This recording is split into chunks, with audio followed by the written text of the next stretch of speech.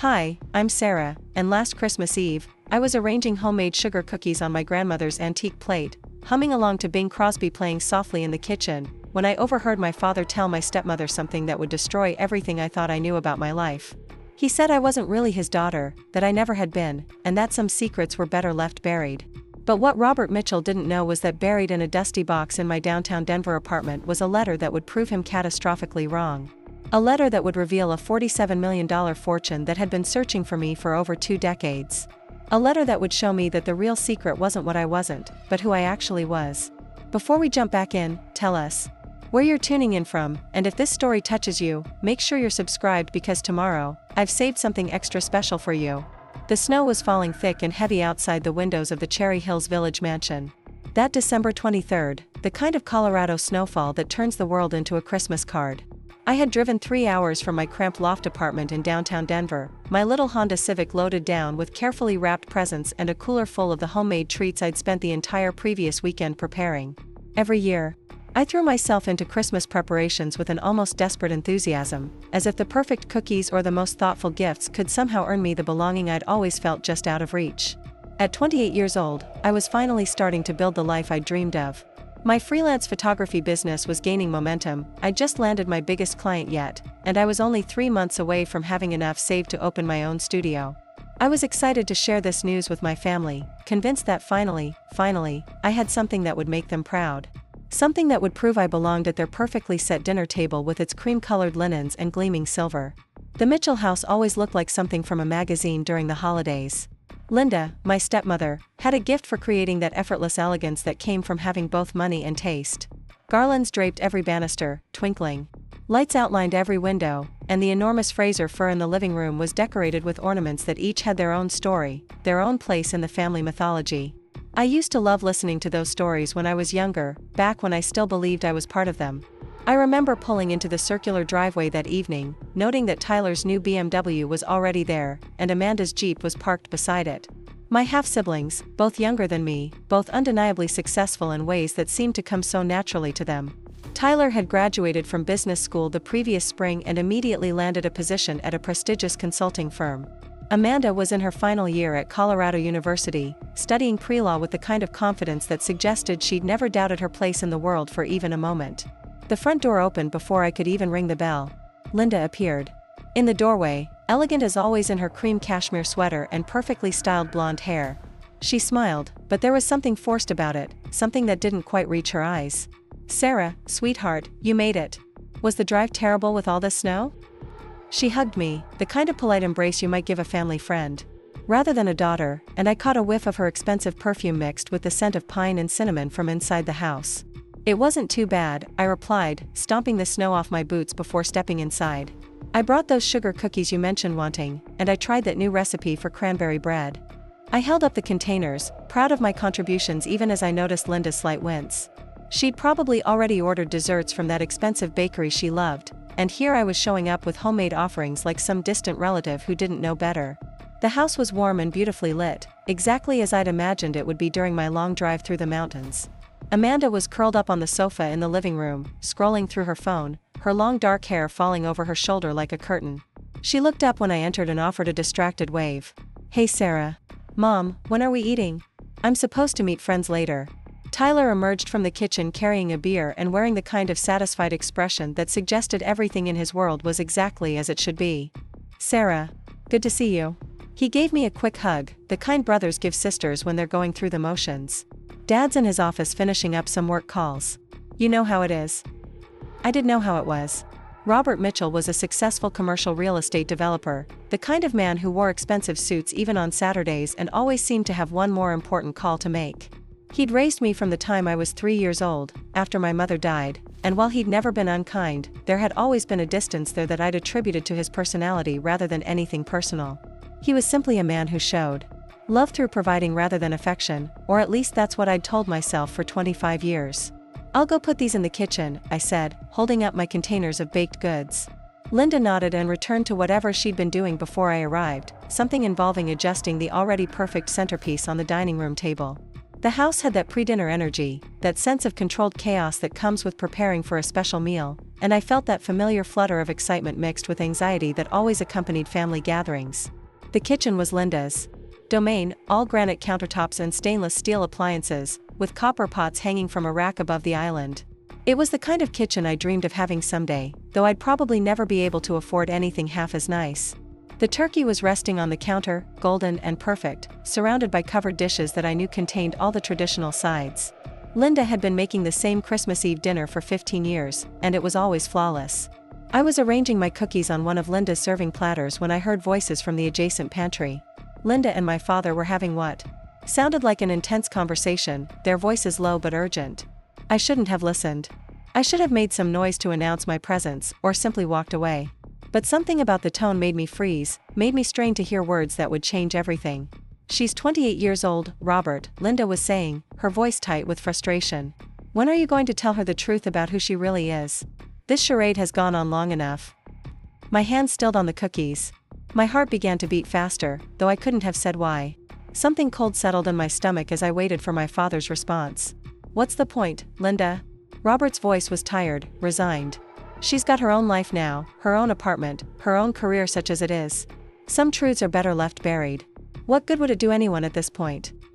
I pressed myself against the kitchen island, afraid to breathe, afraid they would hear me and stop talking before I understood what they meant. The truth about who I really was? What truth? I was Sarah Mitchell, their daughter, their eldest child. I was the one who helped Linda with dinner preparations every holiday, who remembered everyone's birthdays, who tried so hard to be worthy of this family that sometimes it felt like a full-time job. "It's not fair to Tyler and Amanda," Linda continued, and I could hear her moving around, probably putting away dishes. "They have questions too, you know. They've never understood why she gets treated like family when she's not really one of us. Not biologically, anyway." The words hit me like a physical blow. Not really one of us. Not biologically. I gripped the edge of the counter so hard my knuckles went white. The kitchen seemed to tilt around me, the warm yellow lights suddenly too bright, the smell of roasting turkey suddenly nauseating. Tyler's voice joined the conversation, and I realized he must have walked into the pantry. "Mom's right, Dad. It's weird, honestly. And it's not like she doesn't sense it anyway. She's always been different, always trying too hard to fit in. Maybe it would be a relief for everyone if she just knew. Different." Preparing and narrating this story took us a lot of time, so if you are enjoying it, subscribe to our channel, it means a lot to us. Now back to the story. Always trying too hard. The words echoed in my head as I thought about every family photo where I stood slightly apart, every family joke I didn't quite understand, every conversation that seemed to stop when I entered a room. Had it been that obvious? Had everyone been pretending all this time while I desperately tried to earn a place I could never actually have? Then Linda said something that made my blood turn to ice. Her real family had money, Robert. Serious money. The Blackwoods were one of the wealthiest families in Colorado before they died. If she ever finds out about the trust fund, about what we've kept from her all these years, we could lose everything. Not just the money, but any relationship with her at all. Trust fund. The Blackwoods. Real family. The words swirled in my head like puzzle pieces that didn't fit together, didn't make sense with anything I thought I knew about my life. I had been told my parents died when I was young, that Robert had married my mother and then adopted me after she passed away. But this conversation suggested something entirely different, suggested that there was a whole other family, a whole other history that had been hidden from me. "The lawyers stopped calling years ago," Robert said quietly. "As far as anyone knows, Sarah Blackwood simply disappeared. We changed her name, moved states, cut off all communication. She's Sarah Mitchell now, and that's all she needs to be.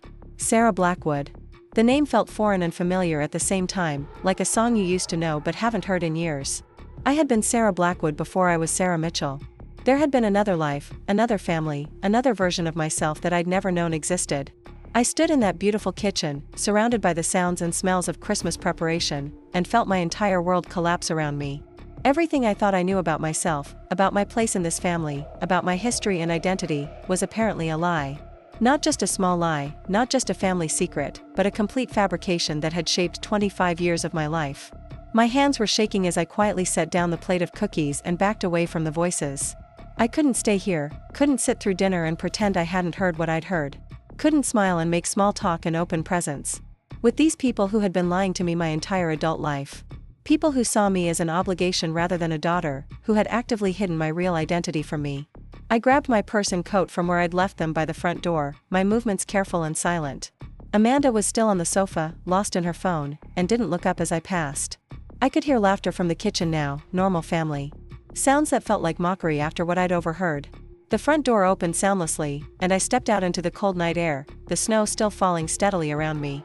My Honda was covered with a thin layer of white, and my fingers were numb as I scraped ice from the windshield. The lights of the house glowed warmly behind me, a picture of perfect Christmas contentment, while I stood shivering in the driveway of the only home I'd ever known, suddenly understanding that I'd never really belonged there at all. The drive back to Denver passed in a blur of tears and swirling snow. I kept the radio off, needing the silence to process what I'd learned, to try to make sense of the fragments of conversation that had shattered my understanding of myself. By the time I reached my apartment building, it was past midnight, and Christmas Eve had become Christmas Day. The city was quiet, most people tucked safely in their homes with their families, their real families, celebrating traditions and sharing histories that actually belonged to them. My apartment felt different when I walked in, smaller somehow, less like home than it had that morning. I'd always been proud of this place, my first real space that was entirely my own. The exposed brick walls, the large windows overlooking the city, the photographs I'd taken displayed in simple frames, everything had been chosen carefully, deliberately, as I'd built a life that felt authentic to who I thought I was. But now I wondered if any of it was real, if Sarah Mitchell had ever been real, or if she was just a character I'd been playing without knowing it. I called Jessica, my best friend since college, the one person who had never made me feel like I was auditioning for her affection. She answered on the second ring, her voice thick with sleep. "Sarah? What's wrong? It's like 1 a.m. "Jess, I need to talk to someone," I said, and my voice cracked on the words. "Something happened at my family's house, and I don't know what to do with it." "Come over," she said immediately, fully awake now. "I'll make coffee." Jessica lived in a small apartment in Capitol Hill, the kind of place that felt warm and lived in rather than carefully curated. She met me at the door in her pajamas and immediately pulled me into a hug that felt more like family than anything I'd experienced that evening at the Mitchell house.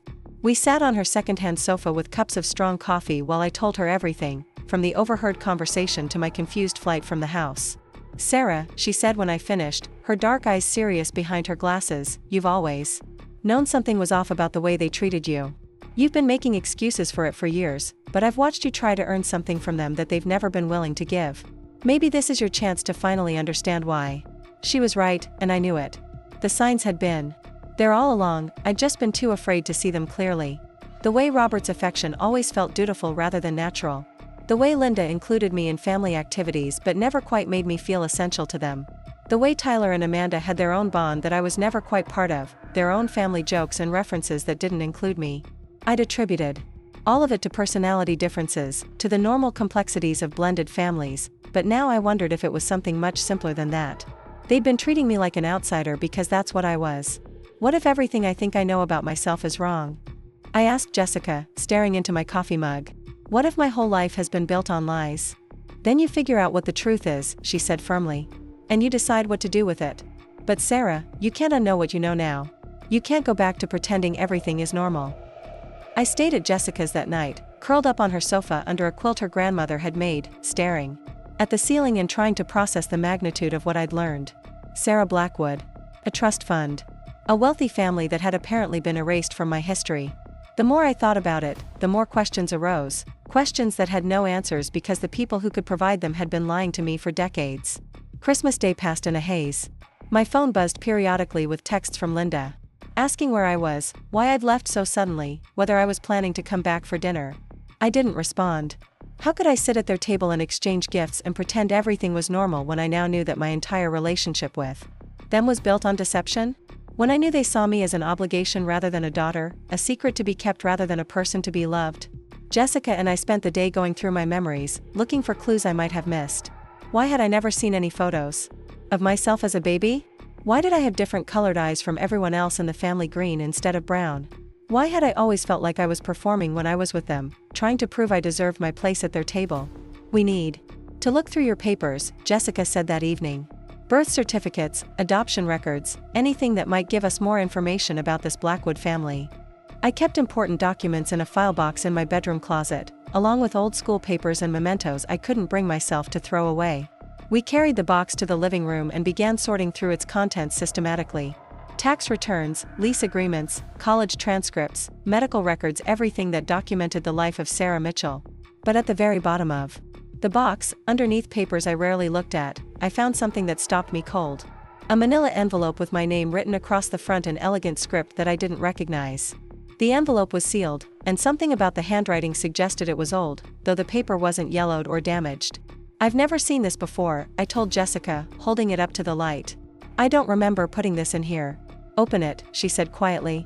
Inside was a birth certificate, but not the one I'd always had. This one was older, different. Sarah Elizabeth Blackwood, born in Aspen, Colorado. Father, Michael Blackwood. Mother, Catherine Blackwood. The date was the same as my birthday, but everything else was foreign to me. I'd never heard those names before, never knew I'd been born in Aspen, never seen this document that suggested an entirely different origin story for my life. Folded beneath the birth certificate was a note written in the same elegant handwriting as the envelope. "For Sarah, when she's ready to know the truth. You are loved, you are remembered, and you are not alone. With all my devotion, Grandmother Eleanor." Grandmother Eleanor. I stared at the note until the words blurred, my hands trembling slightly. Someone had written this for me, someone who had expected me to find it eventually. Someone who knew I would need to learn the truth about who I was. But how had it gotten into my file box? When had someone placed it there, and why had I never noticed it before? "Sarah," Jessica said softly, "I think you need to do some research." That internet search changed everything. I sat cross-legged on Jessica's living room floor at 3 in the morning, my laptop balanced on a throw pillow, typing "Blackwood family Aspen, Colorado" into the search bar with fingers that still trembled slightly. The results that populated the screen made my breath catch in my throat. The first link led to an article from the Aspen Times dated 15 years earlier. "Prominent Blackwood family establishes educational trust." The accompanying photograph showed an elegant older woman with silver hair and the same green eyes I saw in the mirror every morning. Eleanor Blackwood, the caption read, widow of mining magnate Thomas Blackwood, announcing the creation of a scholarship fund for underprivileged children in Colorado. But it was the second article that made my world tilt on its axis. Local family dies in tragic accident. The date was 25 years old, and the names listed made my chest tighten with recognition I couldn't explain. Michael and Catherine Blackwood, both 32, killed when their car went off a mountain road during a sudden snowstorm. Survived by their 3-year-old daughter, Sarah, and Michael's mother, Eleanor Blackwood of Aspen. I stared at the screen until the words blurred together. 3 years old. That would have been me. These people, these strangers whose names I'd never heard until tonight, were apparently my parents.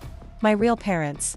The ones who had died and left me with a grandmother I couldn't remember, in a life that had somehow been erased so completely that I'd grown up believing an entirely different story. "Jess," I whispered, my voice barely audible. "Look at this." She leaned over my shoulder, reading the article over my shoulder. Her sharp intake of breath told me she understood the implications immediately. "Sarah, this is you. This little girl they're talking about, this is you." I scrolled down, looking for more information, more pieces of a puzzle I didn't even know I'd been missing.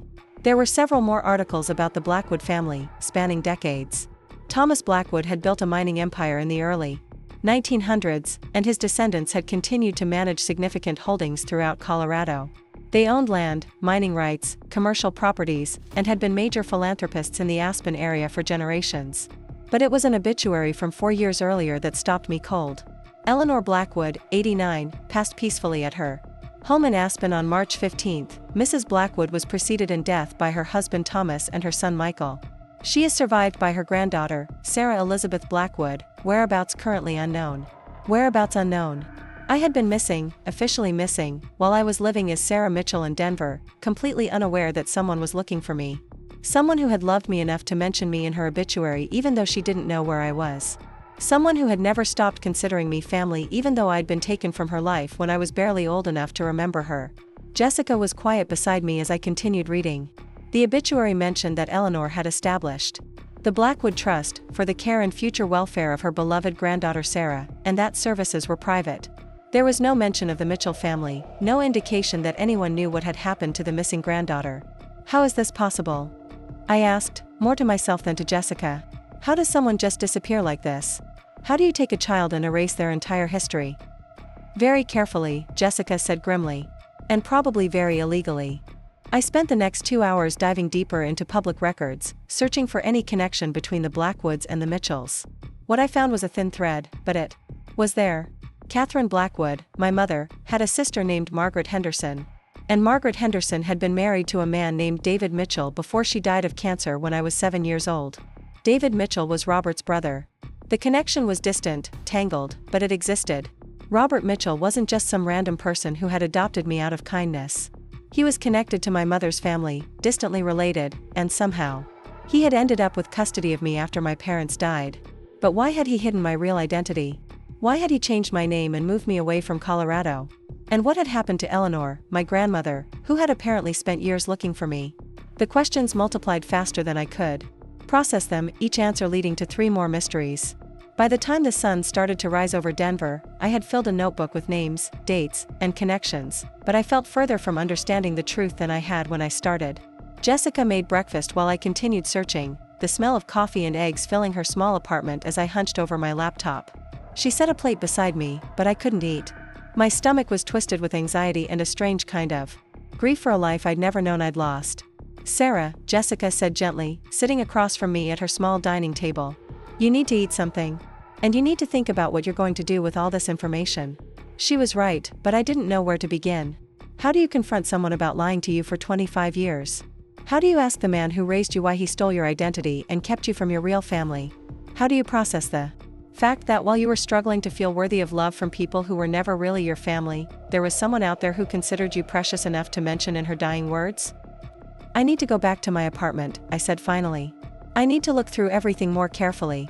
There might be other things I missed, other clues." Jessica nodded and insisted on coming with me. The drive across town felt surreal, like I was seeing the city through different eyes. Everything looked the same, but I felt fundamentally changed, like I was occupying a different version of myself than I had been just 24 hours earlier. My apartment was exactly as I'd left it the day before, but it felt like entering someone else's space. The photographs on my walls, the books on my shelves, the carefully chosen furniture and decorations, all of it belonged to Sarah Mitchell, and I was beginning to understand that Sarah Mitchell might not be who I really was. We went through the file box again, more systematically this time, looking for anything I might have overlooked. Bank statements, insurance documents, school records, everything that documented my life in Colorado. But buried deeper in the box, in a section I rarely accessed, I found something that made my hands shake. A manila folder labeled "Important Documents" in Robert's handwriting. Inside were papers I'd never seen before, documents that had apparently been in my possession without my knowledge. A copy of my original birth certificate, the real one, the one that said Sarah Elizabeth Blackwood. Custody papers that were so heavily redacted I could barely read them. And at the bottom, a letter. The envelope was cream-colored, expensive-looking, with my name written in the same elegant script I'd seen on the note from Eleanor. But this envelope had been opened and resealed, the glue slightly yellowed with age. Inside was a letter dated just 6 months after my parents' funeral. "My dearest Sarah," it began, "I know you are too young to understand this now, but I want you to know that I fought for you. I wanted to bring you home to Aspen, to raise you in the house where your father grew up, surrounded by pictures and stories and all the love I have to give. But the court decided that I am too old, too set in my ways, too isolated in my mountain home to provide what a young child needs." I had to stop reading for a moment, overwhelmed by the emotion in those words. This woman, this grandmother I couldn't remember, had wanted me, had fought for me, had been denied the chance to raise me by a court system that thought it knew better.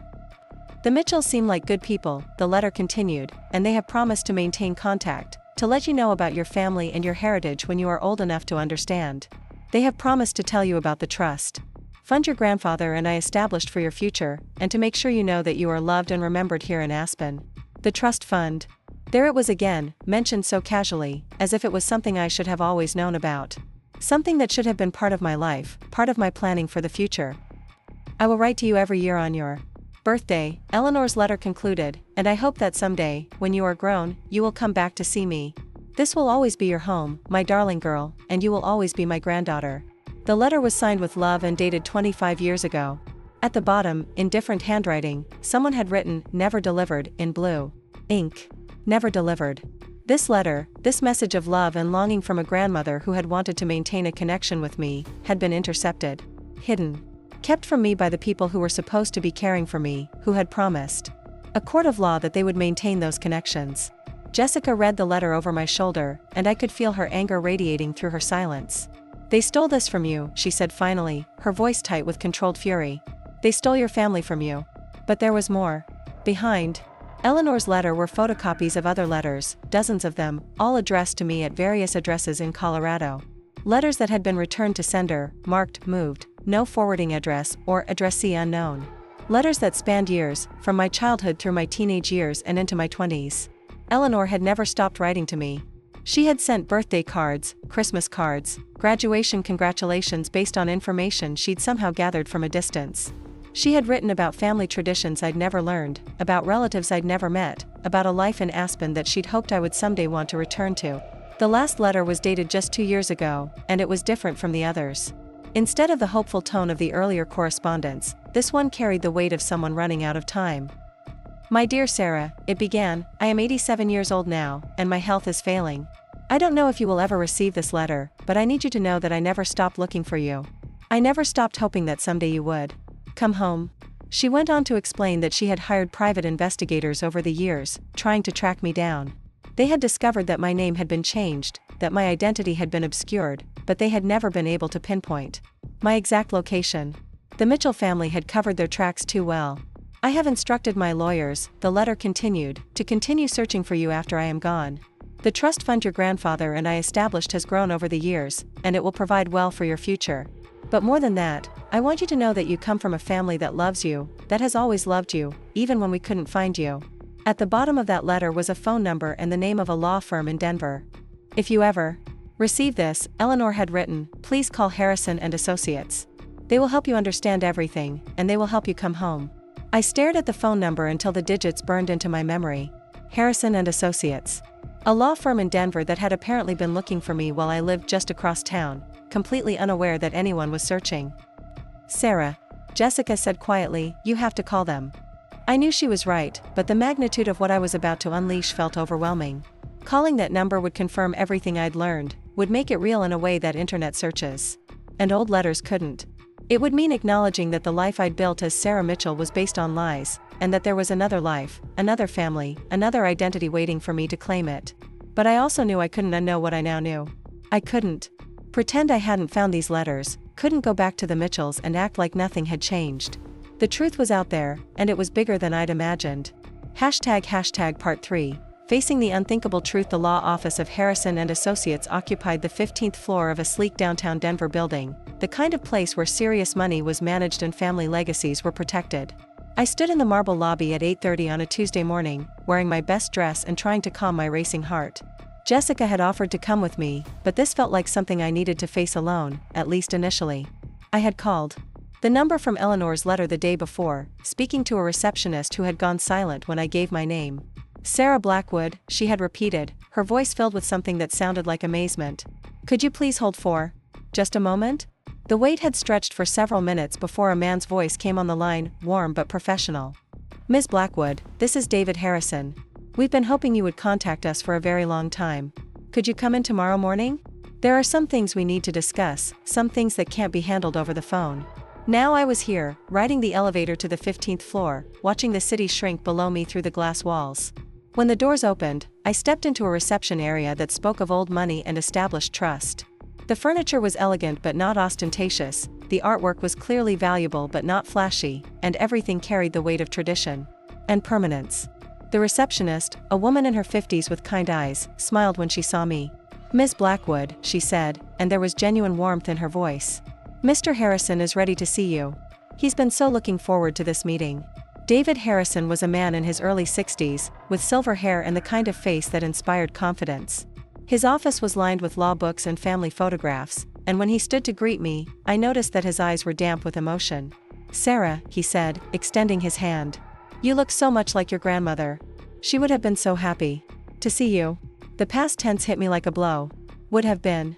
Eleanor was gone, had been gone for 4 years, and I had missed my chance to know her by decades of deception. Please, sit down, Mr. Harrison said, gesturing to a comfortable chair across from his desk. I have so much to tell you, and I'm not sure where to begin. He started with Eleanor, painting a picture of a remarkable woman who had spent the last 25 years of her life hoping for my return. She never gave up, he said simply. Even when the investigators we hired came back empty-handed year after year, even when every lead turned into a dead end, she insisted we keep looking. Eleanor had been more than just my grandmother, he explained. She had been the matriarch of one of Colorado's most prominent families, a woman who had managed vast business interests after her husband's death while also dedicating herself to philanthropy and community service. But according to Mr. Harrison, nothing had mattered to her as much as finding me. She used to say that losing you was like having her heart torn out twice, he told me, his voice gentle but matter-of-fact. First when your parents died, and then when you disappeared from her life completely. The story he told me was both heartbreaking and infuriating. After my parents' accident, Eleanor had immediately petitioned for custody. At 71, she was still sharp, still capable, still financially secure. She had resources, she had help, and she had an enormous house in Aspen that had been my father's childhood home. But the Mitchells had contested her petition. They argued that Eleanor was too old, too isolated, too set in her ways to raise a young child. They painted a picture of a 3-year-old who needed stability, who needed to be around other children, who needed a more traditional family structure than an elderly widow could provide. The court was swayed by their arguments, Mr. Harrison said, and I could hear the old frustration in his voice. They granted custody to Robert Mitchell, with the understanding that contact with Eleanor would be maintained. The judge specifically ordered that you should be told about your family history and your inheritance when you reached an appropriate age. But that contact had never been maintained. Within months of gaining custody, Robert had moved me to Denver and changed my name. When Eleanor tried to visit, she was told I was adjusting and needed space. When she tried to call, she was told I was too young to understand. When she sent letters, they were returned unopened. By the time Eleanor realized what was happening, Mr. Harrison continued, you had essentially vanished. Robert Mitchell had covered his tracks expertly. He had legal custody, he had moved you out of state, and he had created a new identity for you that was nearly impossible to trace. The private investigators Eleanor hired had worked for decades to find me. They had discovered the name change, had tracked the moves, had even identified me as Sarah Mitchell. But Robert had been careful. He had never used my real social security number on any official documents. He had created a completely new paper trail that began with my adoption and left no obvious connections to my previous life. They found you 3 times over the years, Mr. Harrison told me, and my heart clenched at the missed opportunities those words represented. Once when you were in high school, once during college, and once about 5 years ago when you started your photography business. But each time, when we tried to make contact, Robert Mitchell intervened. He showed me copies of letters the law firm had sent, letters that had been addressed to me but intercepted by Robert. Letters that had been returned with notes claiming I had moved, that I was traveling, that I was unavailable. Letters that should have told me about Eleanor, about my inheritance, about a family that had never stopped loving me. The trust fund, I said, finally finding my voice. Eleanor mentioned it in her letters. What exactly are we talking about? Mr. Harrison's expression grew serious. Your great-grandfather, Thomas Blackwood, established the original trust in the 1940s. Your grandfather continued to fund it, and Eleanor added to it substantially over the years. It was designed to provide for future generations of Blackwoods, and you are the sole remaining beneficiary. He slid a document across his desk, and the number at the bottom made my vision blur. $47,300,000. The trust had grown over the decades, carefully managed and invested, waiting for me to claim it. This is impossible, I whispered, staring at the number. This can't be real. It's very real, Mr. Harrison assured me. And it's been waiting for you since the day you were born. Eleanor added a provision that the funds could only be accessed by you, personally, with proof of your identity. She wanted to make sure that if anything happened to her before you were found, the money would still be there for you. $47 million. More money than I could have imagined, more than I could have earned in several lifetimes. Money that had been mine all along, while I had struggled through college on student loans, while I had worked multiple jobs to pay rent, while I had worried about having enough savings to start my photography business. But it wasn't really about the money, I realized. It was about what the money represented. Love, family. A grandmother who had cared enough to ensure my future was secure, even when she couldn't be part of my present. There's more, Mr. Harrison said gently. Eleanor's house in Aspen, the house where your father grew up, where you lived for the first 3 years of your life. She left it to you, along with everything in it. Your childhood bedroom is exactly as it was when you left. She never changed a thing. The weight of that revelation was almost too much to bear. While I had been living in small apartments, struggling to make ends meet, there had been a house waiting for me. A room that had been preserved like a shrine, holding memories I didn't even know I'd lost. I want to see it, I said suddenly. I want to see the house, see my room, see where I came from. Mr. Harrison smiled, the first genuine smile I'd seen from him since I'd arrived. I was hoping you'd say that. I can arrange for you to have access this weekend, if you'd like. The house has been maintained by a property management company, and everything is exactly as Eleanor left it. He handed me a thick manila folder, filled with documents. Trust agreements, property deeds, investment statements, and photographs. Dozens of photographs of me as a baby and toddler, living a life I couldn't remember with people whose faces were foreign to me now. Take your time going through these, he said. And call me when you're ready to take the next steps. There are legal procedures we'll need to follow to officially transfer everything to you, but that's just paperwork. As far as the law is concerned, this has always been yours. I left the law office in a daze, clutching the folder like a lifeline. The world outside looked the same, but I felt fundamentally different, like I had stepped through a door into a parallel version of my life. On the street corner, I called Jessica and asked her to meet me at my apartment. She arrived within the hour, bringing coffee and the kind of steady presence I desperately needed. We spread the contents of the folder across my dining table, and I began to piece together the story of Sarah Elizabeth Blackwood. The photographs were a revelation. Here I was as a chubby-cheeked baby, held by a woman with silver hair and green eyes who could only be Eleanor. Here I was as a toddler, playing in a garden that looked like something from a fairy tale. Here I was on my 3rd birthday, surrounded by presents and people whose faces radiated love and joy. I had been cherished. That was the overwhelming impression from these images. Every photograph showed a child who was clearly adored, clearly central to the lives of the people around her. The contrast with my memories of growing up with the Mitchells was stark and painful. There were also photographs of my parents, Michael and Catherine.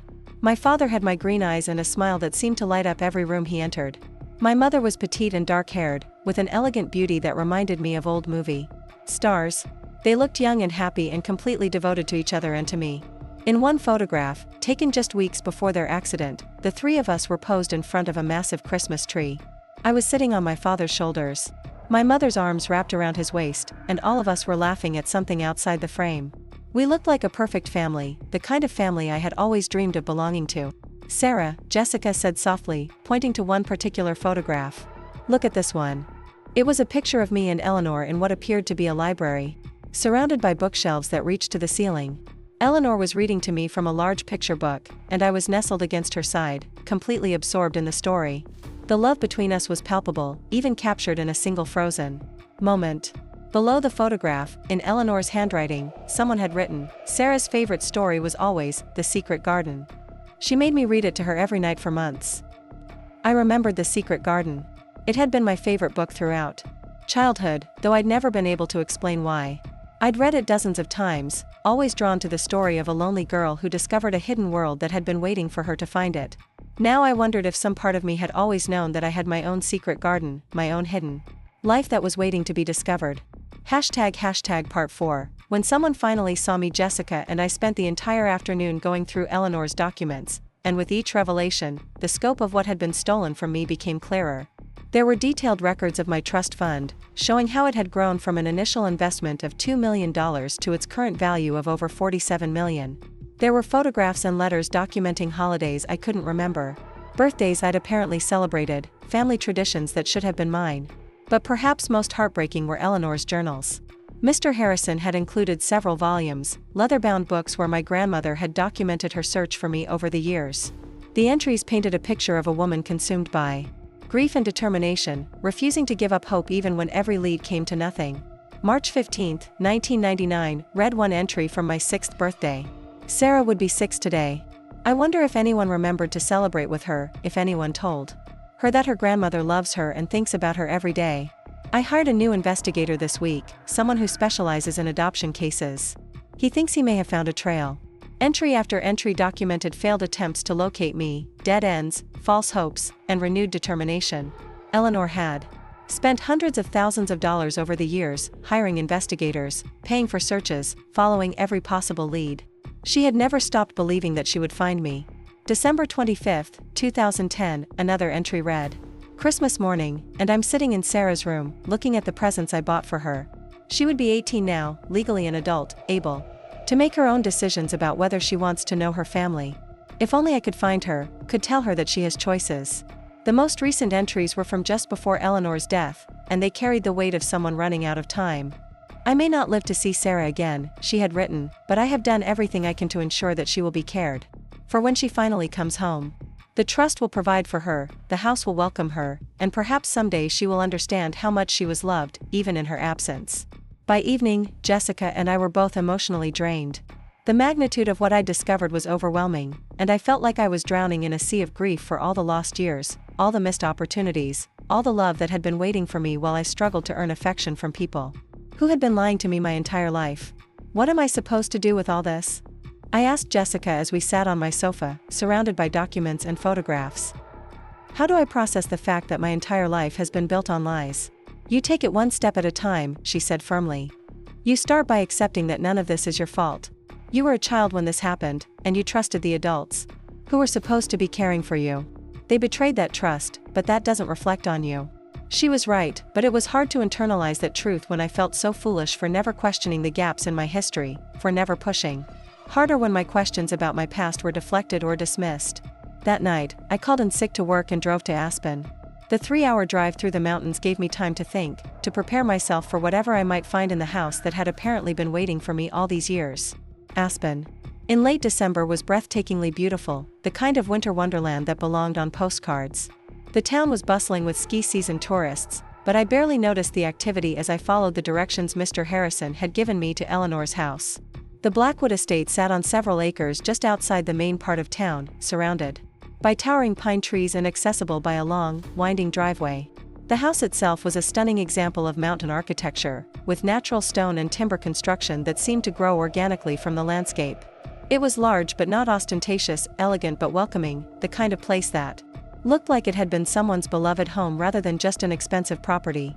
The property manager met me at the front door, a kind woman named Mrs. Patterson who had worked for Eleanor for over 20 years. "Sarah," she said, and there were tears in her eyes. "You look so much like your father when he was young. Eleanor always said you would come home eventually." The inside of the house took my breath away. It was decorated with the same elegant but comfortable style I remembered from the photographs, filled with family heirlooms and personal touches that spoke of generations of love and tradition. But what struck me most was how familiar it felt, despite the fact that I had no conscious memory of living there. The Christmas decorations were still up, exactly as Eleanor had left them 4 years earlier. Mrs. Patterson explained that she had maintained everything exactly as it was, following instructions Eleanor had left for the possibility of my return. "She wanted everything to be ready for you," Mrs. Patterson said softly. "She wanted the house to welcome you home." My childhood bedroom was on the second floor, at the end of a hallway lined with family portraits. When Mrs. Patterson opened the door, I felt something inside my chest crack open. The room was clearly designed for a young child, with fairy tale murals on the walls and furniture sized for someone much smaller than I was now. But everything was pristine, carefully maintained, waiting. On the small bed was a collection of stuffed animals, including a well-worn teddy bear that something inside me recognized. On the bookshelves were dozens of children's books, many of them showing signs of frequent reading.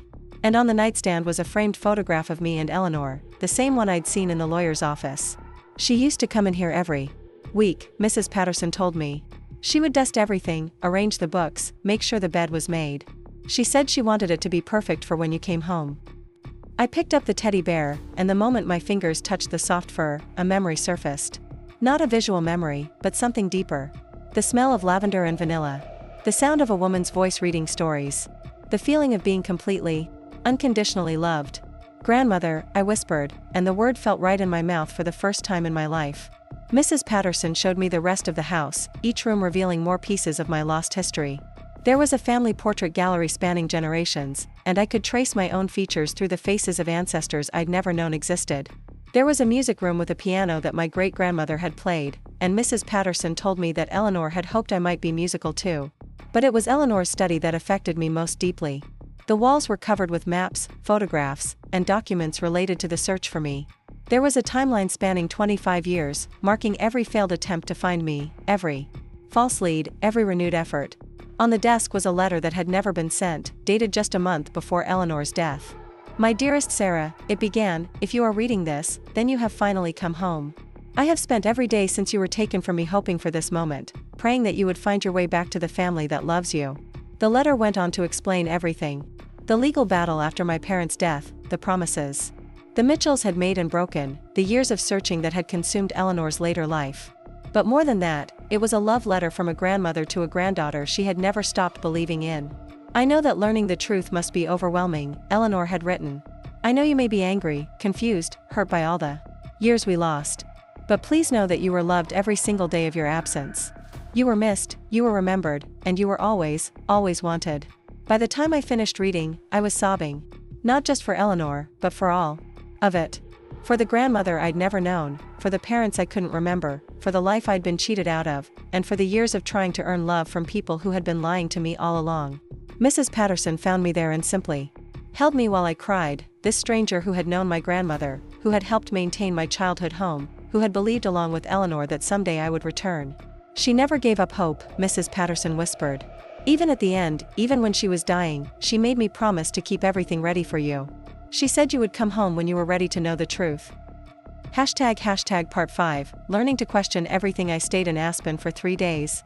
Sleeping in my childhood bedroom and slowly absorbing the reality of my true history. Each morning I woke up surrounded by the remnants of a life I'd been too young to remember, and each day I discovered new pieces of the person I was supposed to have become. Mrs. Patterson was invaluable during those days, sharing stories about Eleanor and helping me understand the woman who had fought so hard to find me. Eleanor had been remarkable, she told me. A successful businesswoman who had taken over the family enterprises after her husband's death, a philanthropist who had funded schools and libraries throughout Colorado, and a devoted grandmother who had never recovered from losing me. She used to say that part of her heart was walking around in the world somewhere, and she wouldn't be whole until she found it again, Mrs. Patterson said as we sat in Eleanor's kitchen, drinking tea from delicate china cups. You were that missing piece, Sarah. You were always that missing piece. I spent hours in Eleanor's study, reading through her journals and trying to understand the scope of what the Mitchells had done. It wasn't just that they had hidden my identity from me. They had actively worked to keep Eleanor from finding me, moving frequently during my childhood, changing our contact information, and apparently intercepting any mail that might have connected me to my real family. But why? That was the question that haunted me as I dug deeper into the documents. What did Robert Mitchell gain by keeping me away from Eleanor and my inheritance? The custody arrangement had provided for my care and education, but there was no financial benefit to him. So why go to such elaborate lengths to hide me? The answer, when I found it, was worse than I had imagined. Buried in a folder of legal documents was a copy of an insurance policy that I'd never known existed. A policy on my life, taken out by Robert Mitchell when I was 5 years old, with him listed as the sole beneficiary. The policy was substantial, worth over $2 million, and it contained a clause that voided the payout if I ever made contact with my biological family, or learned about my inheritance before the age of 30. Robert hadn't just been hiding me from Eleanor. He had been ensuring that I remained hidden so that he could eventually collect on my death. The realization made me physically sick. I ran to Eleanor's bathroom and vomited until there was nothing left in my stomach, my entire body shaking with the horror of what I'd discovered. The man who had raised me, who I had called Dad for 25 years, had literally been betting on my death. He had taken out a policy that would pay him handsomely if I died young and ignorant, and he had structured my entire life to ensure that outcome. Jessica drove up from Denver that afternoon, and when I showed her the insurance policy, her face went white with rage. Sarah, she said, her voice shaking, this is attempted murder. This is premeditated, calculated attempted murder. She was right, and I knew it. Robert hadn't just hidden my identity for selfish reasons. He had created conditions that would ensure I remained isolated, financially struggling, and unaware of my worth. The silence stretched between my father and stepmother like a taut wire, and I could feel the weight of 25 years of deception pressing down on the kitchen around me. Linda's voice when she finally spoke again was sharp with frustration, cutting through the warm Christmas air like a knife through butter. This isn't sustainable anymore, Robert. She's asking questions about her childhood photos, about why she doesn't look like anyone in the family. Tyler mentioned it again last week when she was here for dinner. He's starting to wonder too. I pressed myself closer to the pantry door, my heart hammering so loudly I was surprised they couldn't hear it. The smell of roasting turkey that had seemed so comforting moments before now made my stomach churn with anxiety. Everything about this conversation felt surreal, like I was listening to strangers discuss someone else's life rather than my own. Tyler needs to keep his mouth shut. Robert's voice was harder now, the tone he used when discussing business deals that weren't going his way. We've managed this situation for over 2 decades. We can manage it a little longer. Until when? Linda's exasperation was growing. Until she's 30? 40? When does this charade end, Robert? When do we get to live our lives without constantly monitoring what we say around her? There was a pause, and I could hear someone moving around. Probably Linda continuing her nervous dinner preparations. The sound of cabinet doors opening and closing, the clink of serving spoons against dishes. Normal sounds that felt grotesque in the context of what I was hearing. She'll figure it out eventually, Tyler's voice joined the conversation, and I realized he must have come into the kitchen while I was frozen in shock. She's not stupid, Dad. And honestly, it's getting weird. Amanda's friends have started asking questions about why our sister looks nothing like us and knows nothing about our family history before she was 3. Amanda's friends. I thought about all the times I'd felt awkward at family gatherings. All the inside jokes I didn't understand, all the family stories that seemed to start right around the time I entered their lives. I'd attributed it to being young when my mother died, to the trauma affecting my early memories. But it was simpler than that, wasn't it? There were no shared memories because I hadn't been there to share them. What family history? Linda's voice was bitter now. Sarah doesn't have a family history with us because she's not actually part of this family. We took her in as a favor to your brother David, Robert, and we've paid the price for that kindness every day since. A favor. To David, Robert's brother, who had been married to my mother's sister. The connection I'd discovered online was real, but it was even more distant than I'd realized. I wasn't Robert's stepdaughter, I wasn't even his niece. I was some remote relative he'd gotten stuck with when more suitable guardians couldn't be found. The money complicates everything, Robert said quietly, and something in his tone made my blood run cold. If she ever finds out about the Blackwood Trust, if she ever makes the connection to her real identity, we lose everything. Not just the insurance policy, but any claim to compensation for raising her all these years. Insurance policy. My legs felt weak, and I had to grip the edge of the pantry door to keep from falling. What insurance policy? What compensation? The conversation was revealing layers of deception I hadn't even imagined, suggesting that my entire life had been some kind of financial arrangement rather than a family taking in an orphan child.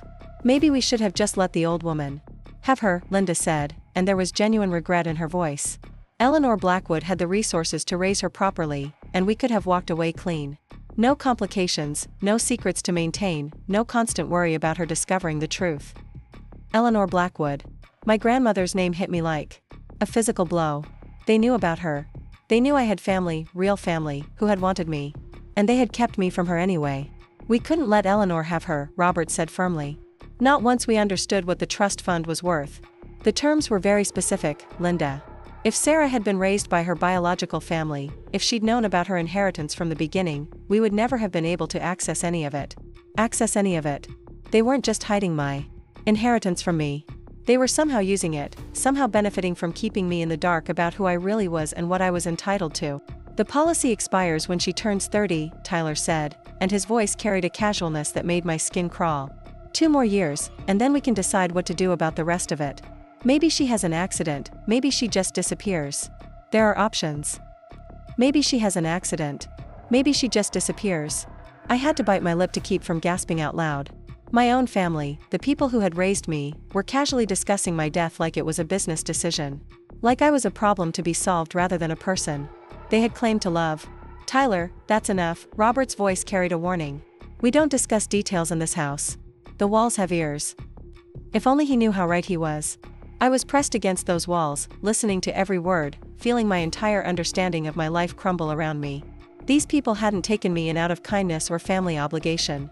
They had taken me because I represented some kind of financial opportunity, and they had been systematically isolating me from my real family for decades to protect that opportunity.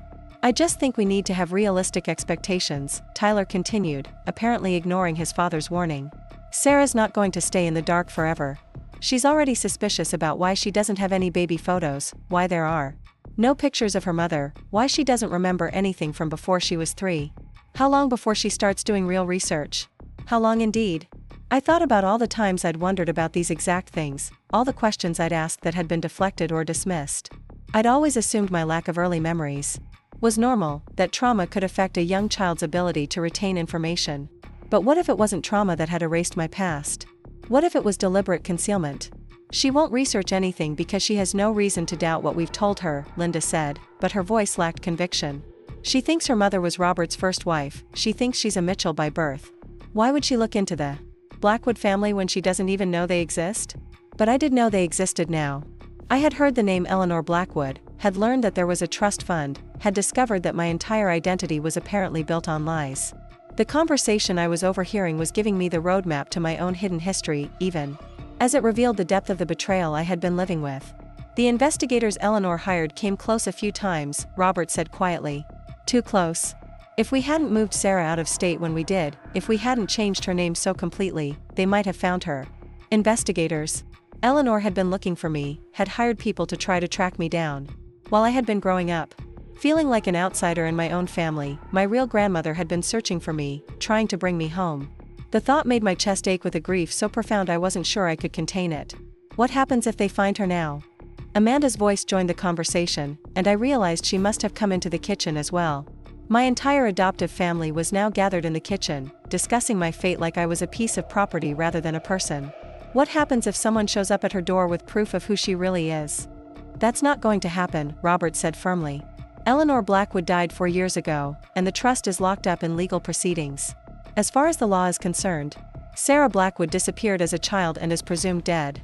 Sarah Mitchell has no connection to that family, and no legal claim to anything they left behind. Presumed dead. The words echoed in my head like a death knell. My real family thought I was dead. My grandmother had died believing I was gone forever, never knowing that I was alive and living just a few hours away under a false name. The cruelty of it was staggering. But what if someone connects the dots? Amanda pressed. What if someone figures out that Sarah Mitchell and Sarah Blackwood are the same person? Then we stick to our story, Linda said. We adopted her in good faith after her mother died. We had no knowledge of any other family or any inheritance. We were just trying to give an orphan child a stable home. The lies came so easily to her, I realized. She had been practicing this story for decades, preparing for the possibility that the truth might someday surface. But her version of events painted them as innocent victims of circumstance rather than the calculating conspirators they actually were. The insurance policy protects us either way, Tyler said. If she dies before 30 without learning the truth, we collect the full amount. If she discovers her real identity after 30, the policy is void, but we're protected from any legal retaliation by the statute of limitations.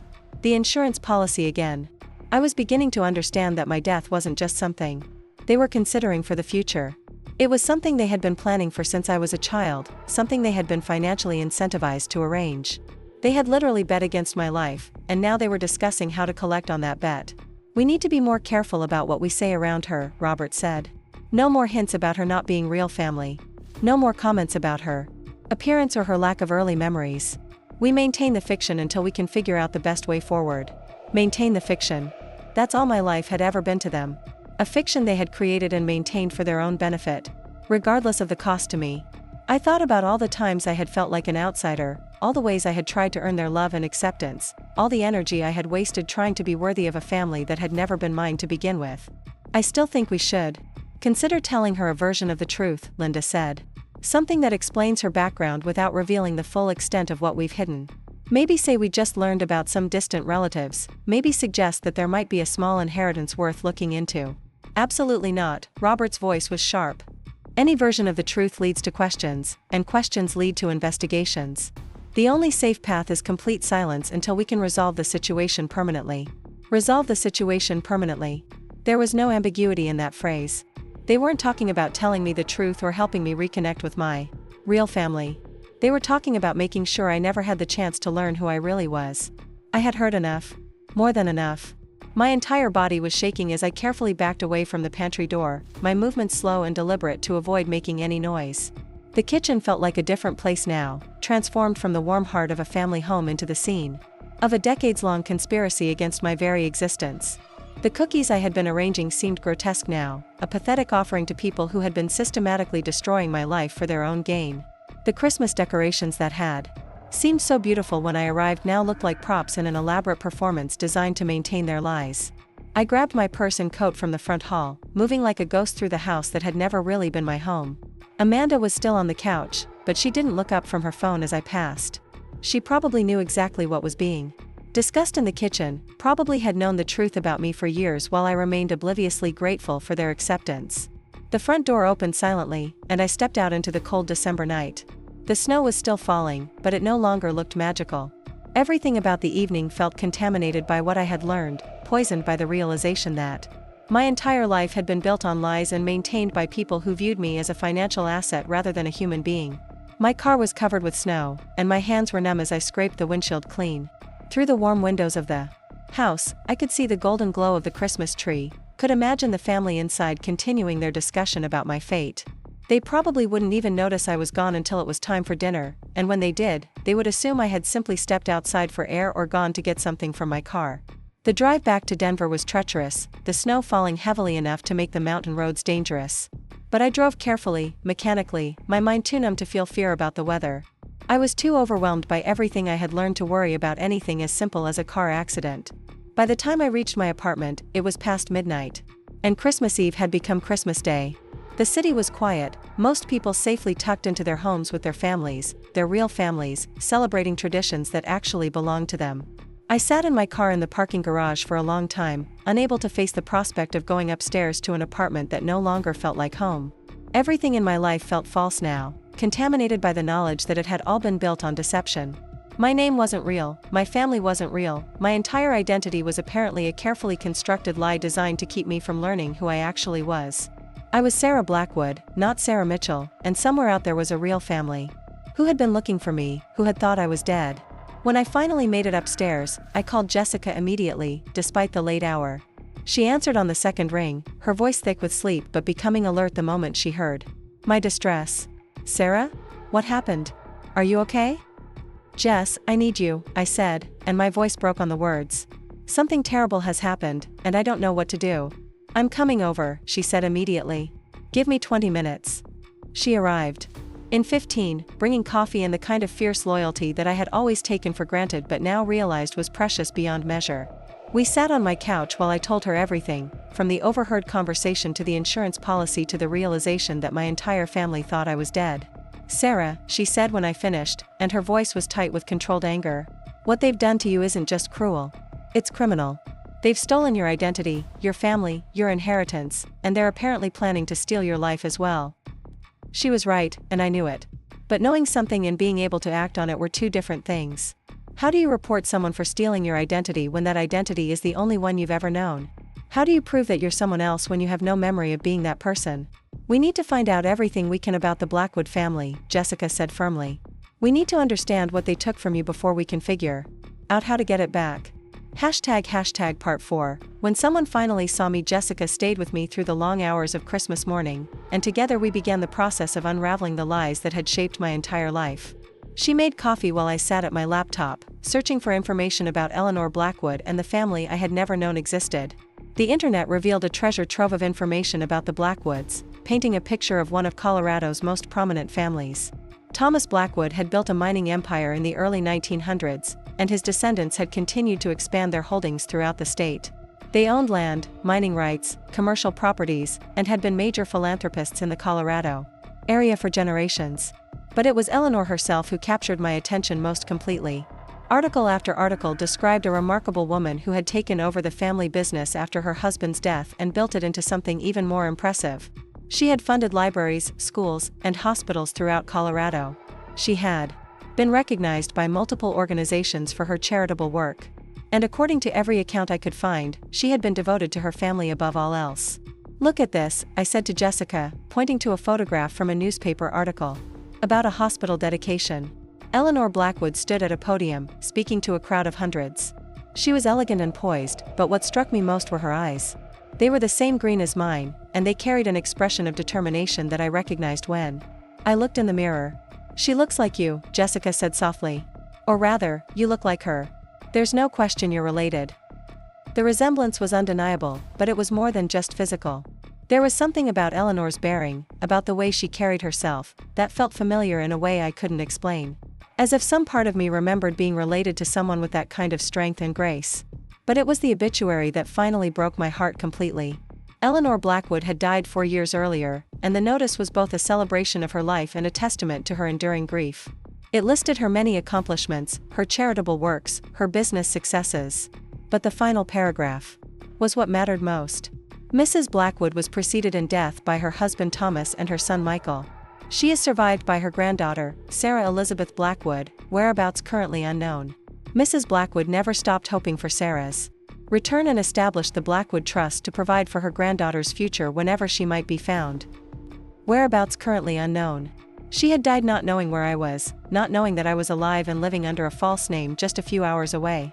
The thought of her spending her final years searching for me, hoping for a reunion that would never come, was almost too painful to bear. "Sarah," Jessica said gently, "there's a phone number here for the law firm that handled Eleanor's estate. I think you need to call them." The number belonged to Harrison and Associates, a prestigious firm in downtown Denver. I stared at it for a long time, knowing that making this call would change everything irrevocably. Once I spoke to Eleanor's lawyers, once I revealed my true identity, there would be no going back to the life I had known as Sarah Mitchell. But Sarah Mitchell had never really existed anyway, had she? She was just a character the Mitchells had created to hide Sarah Blackwood. A fiction they had maintained to keep me from claiming my real inheritance and identity. The girl who had grown up feeling like an outsider in her own family wasn't real. The woman who had struggled financially while working multiple jobs wasn't real. The person who had always felt like something was missing from her life wasn't real. Sarah Blackwood was real. And it was time for her to come home. I called the number on Christmas afternoon, expecting to reach an answering service or voicemail. Instead, a woman answered on the third ring, her voice professional but warm. "Harrison and Associates, this is Margaret speaking. I'm looking for information about Eleanor Blackwood," I said, my voice shaky with nerves. "I believe I might be related to her." There was a pause, and I could hear papers rustling in the background. "May I ask your name?" "Sarah," I said. Then took a deep breath. "Sarah Blackwood."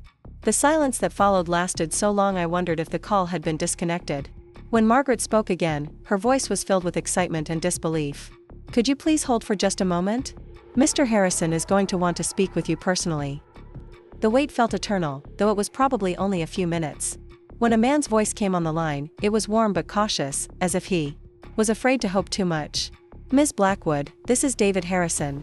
We've been hoping you would contact us for a very long time. Could you tell me your date of birth?" I gave him the information, along with what little I knew about my early childhood and my parents' death.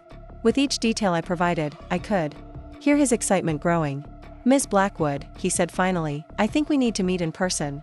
There are some things we need to discuss, some things that can't be properly explained over the phone. Could you come to our office tomorrow morning? Is it really possible that I'm Eleanor's granddaughter?" I asked, still hardly able to believe. What was happening? "More than possible," Mr. Harrison said gently. "Sarah, we've been looking for you for over 20 years. Your grandmother never gave up hope that you would come home." After I hung up, Jessica and I sat in stunned silence. For a long time. The magnitude of what I had discovered was overwhelming, and I felt like I was drowning in a sea of emotions I couldn't process. Grief for the grandmother I had never known. Anger at the family who had stolen decades of my life. Fear about what I would learn when I met with Eleanor's lawyers. And underneath it all, a strange sense of relief that finally, someone was looking for me who actually wanted to find me. "What are you going to do about the Mitchells?" Jessica asked eventually. It was a question I wasn't ready to answer. The people who had raised me were criminals, I now understood that clearly. They had kidnapped me, hidden my identity, stolen my inheritance, and were apparently planning my death. By any reasonable standard, they should be reported to the police and prosecuted to the fullest extent of the law. But they were also the only family I had ever known. Robert had been the one to teach me to ride a bike, to help me with homework, to walk me down the aisle at my high school graduation. Linda had been the one to take me shopping for prom dresses, to comfort me when I was sick, to celebrate my small victories. Even knowing what I knew now, even understanding the deception behind every gesture, it was hard to erase 25 years of shared history. "I don't know," I said honestly. "I can't think about them right now. I need to understand who I really am before I can decide what to do about who I thought I was." That night, I barely slept. I kept thinking about Eleanor, about the grandmother who had loved me enough to never stop searching, who had died hoping I would come home. I thought about my parents, Michael and Catherine, whose faces I could now see in online photographs but whose voices I couldn't remember. I thought about a life in Aspen that I had been too young to remember but that had apparently been filled with love and security. But mostly, I thought about the conversation I had overheard in the Mitchell kitchen.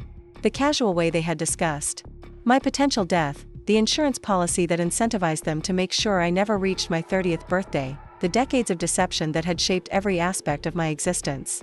How many times had I thanked them for taking me in, for giving me a family, for loving me despite my differences? How many times had I apologized for being a burden, for not fitting in, for asking too many questions about my past? The irony was devastating. I had spent my entire adult life trying to earn love from people who saw me as a financial asset, while somewhere else, a woman who truly loved me had been dying of grief because she couldn't find me. When morning came, I dressed carefully for my meeting with Mr. Harrison, choosing a simple black dress that felt appropriate for the solemnity of the occasion. Jessica had offered to come with me, but this felt like something I needed to face alone, at least initially. The law offices of Harrison and Associates occupied an entire floor of a sleek downtown building, the kind of place where serious money was managed and family legacies were protected. The reception area was elegant but not ostentatious, decorated with what appeared to be genuine antiques and original artwork. When I gave my name to the receptionist, her entire demeanor changed. She smiled warmly and immediately picked up her phone, speaking in hushed, excited tones to whoever answered. "Mr. Harrison will see you immediately," she said, standing up from her desk. "He's been waiting for this meeting for a very long time." David Harrison was a distinguished man in his early 60s, with silver hair and the kind of face that inspired confidence. His office was lined with law books and family photographs, and when he stood to greet me, I noticed that his eyes were damp with emotion. "Sarah," he said, extending his hand. "You have no idea how long we've been hoping for this moment. You look so much like your grandmother when she was young." He gestured for me to sit in a comfortable chair across from his desk, and I noticed that he had prepared a thick folder of documents for our meeting. "Before we begin," he said gently, "I want you to know that none of this is going to be easy to hear. Your grandmother spent the last 25 years of her life searching for you, and the story of why she couldn't find you is not a pleasant one." I nodded, steeling myself for whatever revelations were coming. "Let me start at the beginning," Mr. Harrison said, opening the folder. "When your parents died in that car accident, you were 3 years old. Eleanor immediately petitioned for custody. She was 71 at the time, but she was still sharp, still capable, still financially secure. She had resources, she had help, and she had a house in Aspen that had been your father's childhood home." He showed me a photograph of Eleanor from that time period, and I was struck by how vibrant and determined she looked despite her grief. "But Robert Mitchell contested Eleanor's petition," Mr. Harrison continued, and his voice carried an old frustration. "He argued that Eleanor was too old, too isolated, too set in her ways to raise a young child. He painted a picture of a 3-year-old who needed stability, who needed to be around other children, who needed a more traditional family structure than an elderly widow could provide. The story he told me was both heartbreaking and infuriating. The court had been swayed by Robert's arguments, granting him custody with the explicit understanding that contact with Eleanor would be maintained. The judge had specifically ordered that I should be told about my family history and my inheritance when I reached an appropriate age. But that contact was never maintained," Mr. Harrison said, his voice heavy with regret. "Within months of gaining custody, Robert moved you to Denver and changed your name. When Eleanor tried to visit, she was told you were adjusting and needed space. When she tried to call, she was told you were too young to understand. When she sent letters, they were returned unopened." He showed me copies of those returned letters, dozens of them spanning years. Each one was marked, "moved," no forwarding address, or "addressee unknown," despite the fact that Robert had never actually moved and certainly knew where I was. "Eleanor hired private investigators," Mr. Harrison continued. "Multiple firms, over the course of decades. They discovered the name change, they tracked the moves Robert made within Denver, they even identified you as Sarah Mitchell attending various schools. But every time they tried to make contact, Robert Mitchell intervened. The scope of the deception was staggering. Robert hadn't just hidden my identity from me. He had actively worked to keep Eleanor from finding me, moving frequently during my childhood, changing our contact information, and apparently intercepting any communication that might have revealed the truth. But why? I asked, though I suspected I already knew the answer. What did he gain by keeping me away from Eleanor? Mr. Harrison's expression grew grim. "That's where the story becomes truly disturbing," he said. "We believe Robert Mitchell wasn't just hiding you from Eleanor. He was hiding you from your inheritance." He pulled out another document, this one bearing the seal of a major insurance company. "This is a life insurance policy that Robert Mitchell took out on you when you were 5 years old. The beneficiary is listed as Robert Mitchell, and the payout is substantial. $2.5 million. My blood ran cold as I stared at the policy. Robert had literally bet on my death, had taken out an insurance policy that would pay him handsomely if I died young. But there's a clause," Mr. Harrison continued, pointing to a section of fine print. "The policy is voided if you ever make contact with your biological family or learn about your inheritance before the age of 30. Robert wasn't just keeping you from Eleanor to be cruel. He was ensuring that you remained ignorant and isolated so that he could eventually collect on your death." The room seemed to spin around me as the full implications sank in. Robert hadn't taken me in out of kindness or family obligation. He had taken me because I represented a financial opportunity, and he had structured my entire life to maximize that opportunity. Every move we had made, every school change, every deflected question about my past, had been calculated to keep me from learning the truth long enough for him to benefit from my death. "There's more," Mr. Harrison said gently. "Eleanor established a trust fund for you when you were born. Your grandfather Thomas had started it, but Eleanor continued to fund it throughout her life. It was designed to provide for your future, to ensure that you would never want for anything." He slid another document across the desk, and the number at the bottom made my vision blur. $47,300,000. "This is your inheritance, Sarah," he said quietly. "This is what Eleanor left for you, what she spent her life building for your future. And this is what Robert Mitchell has been keeping from you for 25 years. $47 million. More money than I could comprehend, more than I could have earned in several lifetimes. Money that had been mine since birth, that had been growing and accumulating while I struggled through college on student loans, while I worked multiple jobs to pay rent, while I worried about having enough savings to start my photography business.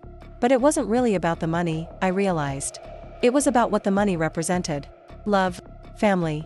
A grandmother who had cared enough to ensure my future was secure, even when she couldn't be part of my present. I want to see her house, I said suddenly. I want to see where I came from, where I should have grown up. Mr. Harrison smiled, the first genuine smile I'd seen from him since I'd arrived. I was hoping you'd say that, he said. Everything is exactly as Eleanor left it. She never changed your room, never gave up hope that you would come home. Part 5, learning to question everything. The drive to Aspen the next morning felt like traveling backward through time, each mile taking me closer to a life I had been stolen from before I was old enough to remember it. Jessica had insisted on coming with me, and I was grateful for her presence as we wound through the mountain roads toward a destiny I was only beginning to understand. Mr. Harrison had arranged for us to meet Mrs. Patterson, the property manager who had worked for Eleanor for over 20 years.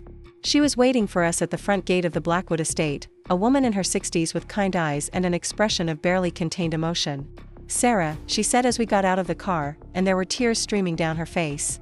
"Oh, my dear, you look so much like your father when he was young. Eleanor always said you would come home eventually." The house itself took my breath away. It was a stunning example of mountain architecture, built from local stone and timber in a way that seemed to grow organically from the landscape. It was large but not ostentatious, elegant but welcoming, the kind of place that looked like it had been someone's beloved home rather than just an expensive property. "Eleanor designed most of this herself," Mrs. Patterson said as she led us toward the front door. "After your grandfather Thomas died, she spent years renovating and expanding the house. She wanted it to be perfect for when you came home. The interior was even more beautiful than the exterior, decorated with antiques and family heirlooms that spoke of generations of love and tradition. But what struck me most was how familiar it felt, despite the fact that I had no conscious memory of living there. Your father grew up in this house," Mrs. Patterson continued, leading us through rooms filled with photographs and memories. "And you lived here for the first 3 years of your life. Eleanor used to say that home isn't just a place, it's a feeling, and she wanted to make sure that feeling was waiting for you when you returned." We climbed a grand staircase to the second floor, and Mrs. Patterson stopped at a door at the end of the hallway. "This was your room," she said softly. "Eleanor kept it exactly as it was the day you left." When she opened the door, I felt something inside my chest crack open. The room was clearly designed for a young child, with fairy tale murals on the walls and furniture sized for someone much smaller than I was now. But everything was pristine, carefully maintained, waiting. On the bed was a collection of stuffed animals, including a well-worn teddy bear that something deep inside me recognized. On the bookshelves were dozens of children's books, many showing signs of frequent reading. And on the nightstand was a framed photograph of me and Eleanor, taken when I was maybe 2 years old.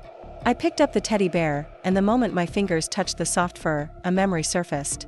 Not a visual memory, but something deeper. The smell of lavender and vanilla. The sound of a woman's voice reading stories. The feeling of being completely, unconditionally loved. "Grandmother," I whispered, and the word felt right in my mouth for the first time in my life. "She used to come in here every week," Mrs. Patterson said, her voice thick with emotion. "She would dust everything, arrange the books, make sure the bed was made. She said she wanted it to be perfect for when you came home." We spent the next several hours exploring the house, each room revealing more pieces of my lost history. There was a music room where my great-grandmother had played piano, and Mrs. Patterson told me that Eleanor had hoped I might be musical too. There was a library filled with thousands of books, including a complete collection of children's literature that Eleanor had been saving for me to discover. But it was Eleanor's study that affected me most deeply. The walls were covered with maps, photographs, and documents related to the search for me. There was a timeline spanning 25 years, marking every failed attempt to find me, every false lead, every renewed effort. On the desk was a letter that had never been sent, dated just a month before Eleanor's death. My dearest Sarah, it began, if you are reading this, then you have finally come home.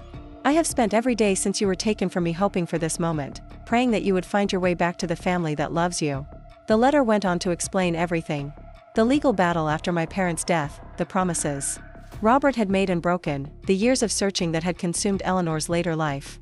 But more than that, it was a love letter from a grandmother to a granddaughter she had never stopped believing in. I know that learning the truth must be overwhelming, Eleanor had written. I know you may be angry, confused, hurt by all the years we lost.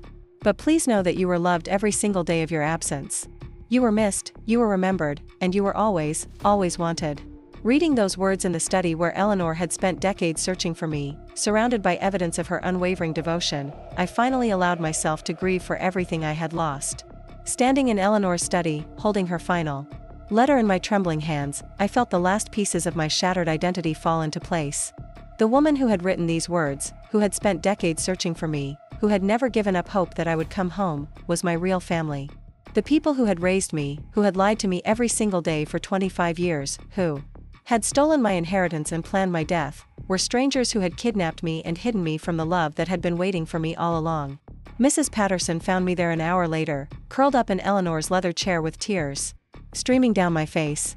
She didn't say anything at first, just sat quietly in the chair across from me while I processed the magnitude of what I had discovered. The study was filled with the evidence of Eleanor's love, from the wall-sized map marked with locations where investigators had searched for me, to the photo albums filled with pictures of me as a baby that she had looked at every day, hoping I would return to see them. She never stopped believing, Mrs. Patterson said finally, her voice gentle but firm. Even when the investigators came back empty-handed, even when years passed without any leads, she insisted that someday you would find your way home.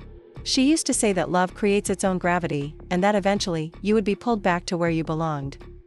I thought about all the times in my adult life when I had felt inexplicably drawn to Colorado, when I had chosen to stay in Denver despite job opportunities in other cities, when I had found myself taking weekend trips to the mountains for reasons I couldn't explain. Had some part of me always known that I belonged here? Had some buried instinct been trying to guide me home to a family I couldn't remember but had never truly forgotten? What happened to my parents? I asked, needing to understand the beginning of the story that had shaped my entire life. How did they die? Mrs. Patterson's expression grew sad, but she answered without hesitation. It was a car accident on Independence Pass, during a sudden snowstorm in late March. Your father was driving back from a business meeting in Denver, and your mother had gone with him to make it a little vacation. You were supposed to go too, but you had come down with a cold the night before, so Eleanor insisted you stay home with her. The irony was devastating. If I hadn't gotten sick that week, I would have been in the car with my parents. I would have died with them, and this entire nightmare of deception and stolen identity would never have happened. But I also would never have grown up, never have become the person I was now, never have had the chance to discover the truth and reclaim my real life. Eleanor blamed herself for years, Mrs. Patterson continued. She thought that if she had let you go on that trip, if the three of you had died together, at least you would have been together. She struggled with survivor's guilt, wondering why she had been left to care for you when she felt so inadequate to replace your parents. But Eleanor hadn't been inadequate. From everything I was learning, she had been an extraordinary woman who had devoted her life to finding me and ensuring my future was secure. The trust fund she had established, the house she had maintained, the investigators she had hired, the love she had preserved for a granddaughter who had been stolen from her life, all of it spoke to a kind of devotion that I had never experienced from the people who had claimed to be my family. I need to go back to Denver, I said finally, standing up from Eleanor's chair and carefully folding her letter. I need to confront the Mitchells with what I've learned. Mrs. Patterson nodded, understanding. But Sarah, before you go, there's something else Eleanor wanted you to have. She walked to a safe built into the wall behind Eleanor's desk and opened it with a combination she clearly knew by heart. Inside was a small jewelry box, antique and beautiful, with intricate engravings on the lid. This was your great-grandmother's, she said, handing me the box. Eleanor wore it on her wedding day, and your mother wore it on hers. Eleanor always said it would be yours when you came home. Inside the box was a delicate necklace, a single diamond pendant on a platinum chain. It was elegant and timeless. The kind of piece that had clearly been treasured by generations of women. When I lifted it from the box, I found a folded piece of paper beneath it. For my darling Sarah, Eleanor had written in her familiar handwriting. This necklace has been worn by 4 generations of Blackwood women on the most important days of their lives. I pray that someday you will wear it on yours, and that you will remember that you come from a family of strong women who never gave up hope, even in the darkest times. I fastened the necklace around my neck, and immediately felt a connection to the women who had worn it before me.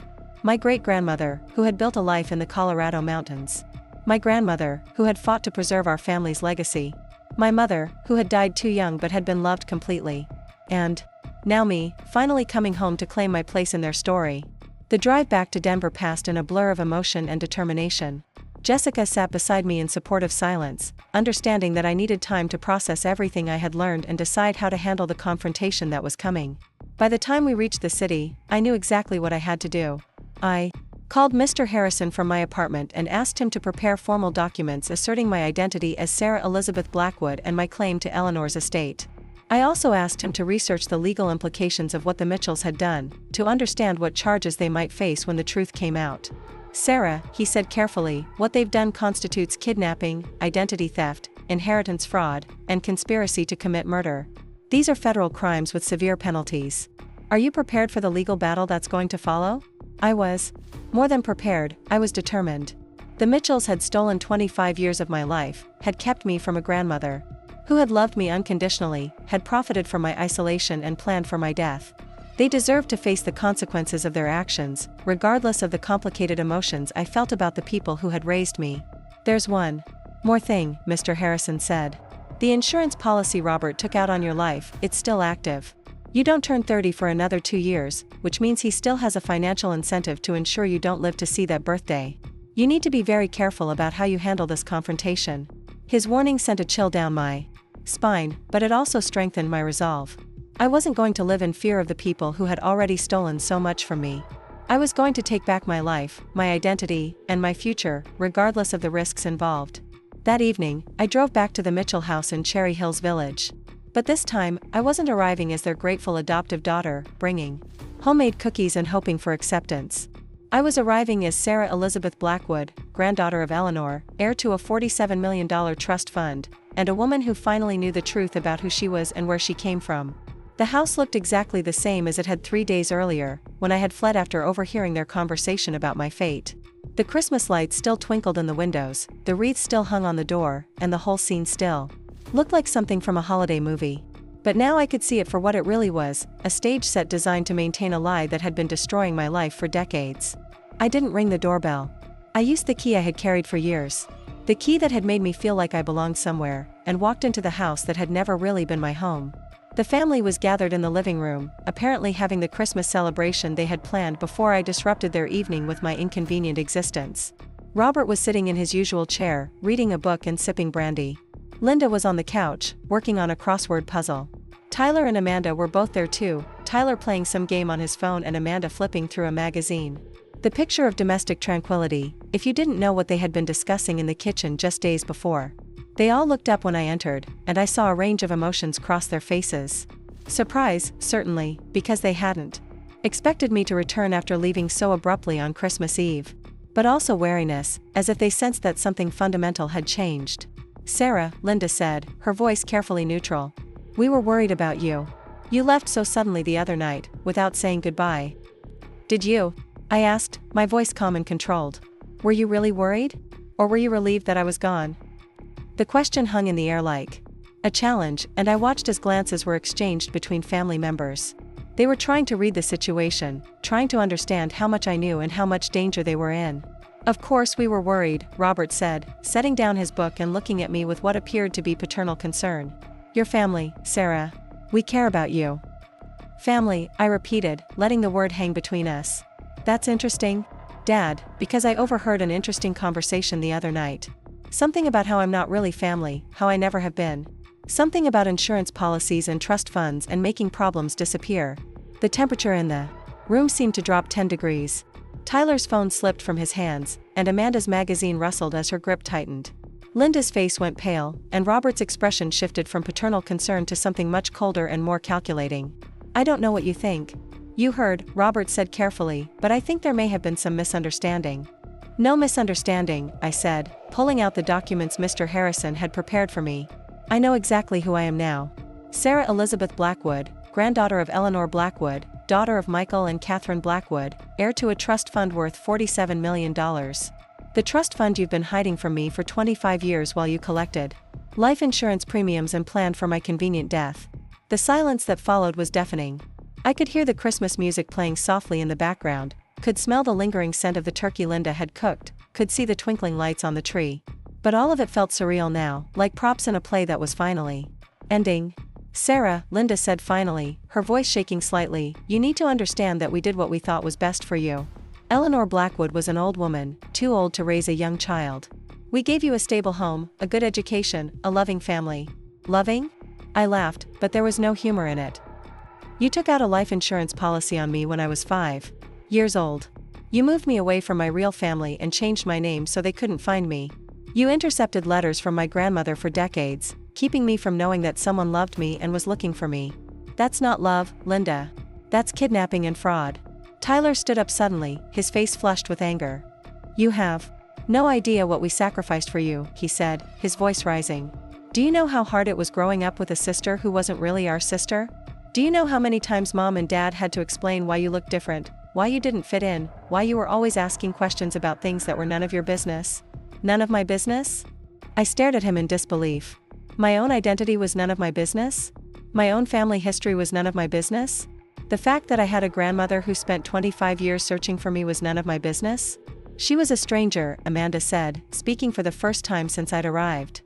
Eleanor Blackwood was a stranger who would have filled your head with ideas about being special, about deserving things you hadn't earned. We saved you from that.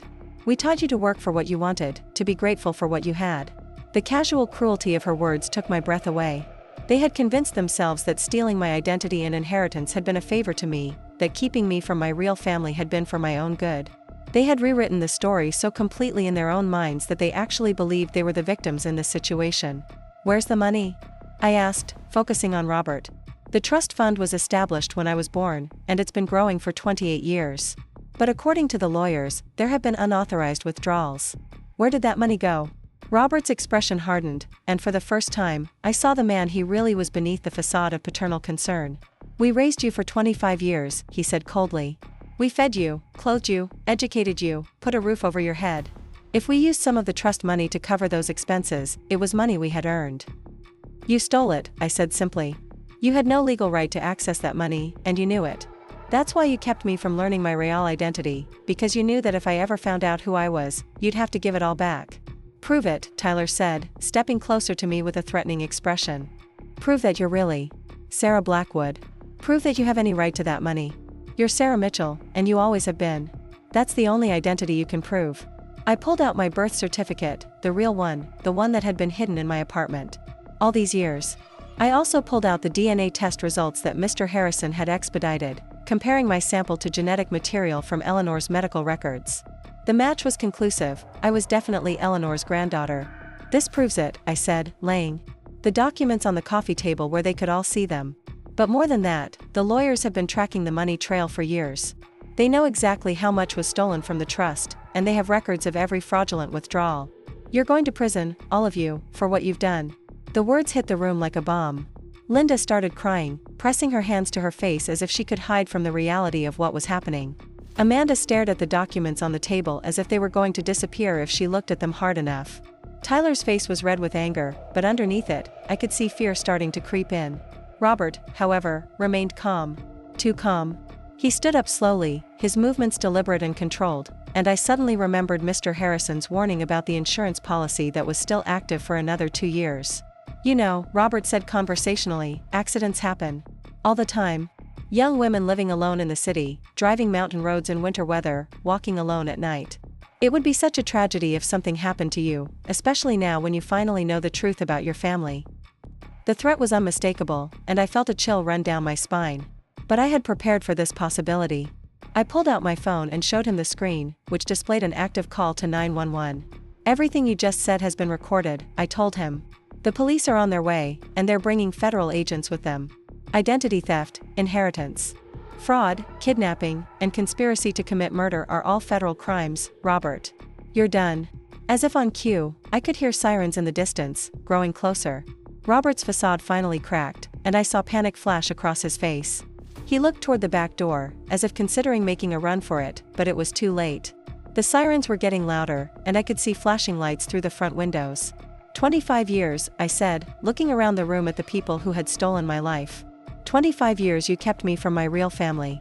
25 years you made me feel like an outsider, like I had to earn my place in a family that was never mine to begin with. 25 years you stole from a grandmother who died thinking her granddaughter was dead. The front door burst open, and federal agents flooded into the house. They had obviously been planning this operation carefully, because they seemed to know exactly who everyone was and what they were being arrested for. Robert was read his rights for identity theft, inheritance fraud, and conspiracy to commit murder. Linda was charged with accessory to fraud and child endangerment. Tyler and Amanda were charged as accessories, having been aware of the crimes and participating in maintaining the deception. As I watched them being led away in handcuffs, I felt a complex mixture of emotions. Relief that the truth was finally out, that I would never have to pretend to be grateful to these people again. Anger at all the years that had been stolen from me, at the grandmother I would never meet, at the life I should have lived. But also, strangely, sadness. These people had been my family for 25 years, and regardless of their motives, they had been the only family I had known. Watching them destroy their lives through their own greed and cruelty was devastating, even knowing they deserved the consequences. The lead agent, a woman named Detective Sarah Collins, stayed behind to take my statement and walk me through what would happen next. The legal proceedings would be complex, she explained, involving multiple jurisdictions and decades of financial crimes. But my identity as Sarah Elizabeth Blackwood was now officially established, and my claim to Eleanor's estate was uncontested. What happens to the house? I asked, looking around the living room where I had spent so many Christmases, birthdays, and family gatherings. It was filled with memories, both good and bad, and it felt strange to think that I would never belong here again. It will probably be seized as part of the restitution process, Detective Collins said. They used money from your trust to purchase this property and make improvements to it. You'll likely be able to claim it as part of recovering your stolen inheritance. But I didn't want it. This house, beautiful as it was, represented lies and manipulation and 25 years of stolen identity. I wanted no part of it, no reminder of the people who had kidnapped me and hidden me from my real family. 3 months later, I was sitting in Eleanor's study in the house in Aspen, going through the final legal paperwork that would officially transfer all of her assets to me. The federal investigation had recovered most of the stolen money from the trust, plus interest and penalties that actually left me with more than the original $47 million. The Mitchell house had been sold, and the proceeds had been added to my inheritance as restitution. But the money, while life-changing, wasn't what mattered most to me. What mattered was that I was finally living in the place where I belonged, surrounded by photographs and memories of a family that had loved me unconditionally. I had moved my photography business to Aspen, and I was discovering that the mountain light and scenery provided endless inspiration for my work. Mrs. Patterson had become like a second grandmother to me, sharing stories about Eleanor and helping me understand the woman who had fought so hard to find me. Through her, I was learning about my parents, about the family traditions that should have been mine, about the community that had considered me one of their own even when I didn't know I belonged to them. I had also connected with distant relatives, cousins and family friends who remembered me as a little girl and who welcomed me home with open arms. For the first time in my life, I was part of a family where I didn't have to earn my place, where I was valued simply for being myself. Jessica had moved to Aspen too, opening a small consulting business and becoming part of the life I was building in the mountains. She had been with me through every step of this journey, from the moment I overheard that conversation in the Mitchell kitchen to the day I finally came home to Eleanor's house. True friendship, I had learned, was about standing by someone when their entire world fell apart and helping them build something better from the pieces. The legal proceedings against the Mitchells had concluded with significant prison sentences for all of them. Robert received 25 years for kidnapping, fraud, and conspiracy. Linda received 15 years as an accessory. Tyler and Amanda each received 10 years for their participation in maintaining the deception. They would all be eligible for parole eventually, but their lives as they had known them were over. I felt no satisfaction in their punishment, only a profound sadness for all the lives that had been destroyed by their greed and cruelty. They had stolen my childhood and my relationship with my grandmother, but in the end, they had also destroyed their own family and their own futures. The insurance money they had hoped to collect would never materialize, and the trust fund they had stolen from would never be theirs to enjoy. On a warm spring evening, 6 months after I had learned the truth about my identity, I drove to the cemetery where Eleanor was buried. Her grave was marked with a simple headstone that read, "Beloved wife, mother, and grandmother," but I knew that the words barely captured the remarkable woman she had been.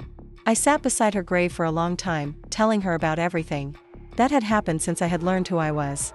I told her about the house, about Mrs. Patterson, about the cousins who had welcomed me home.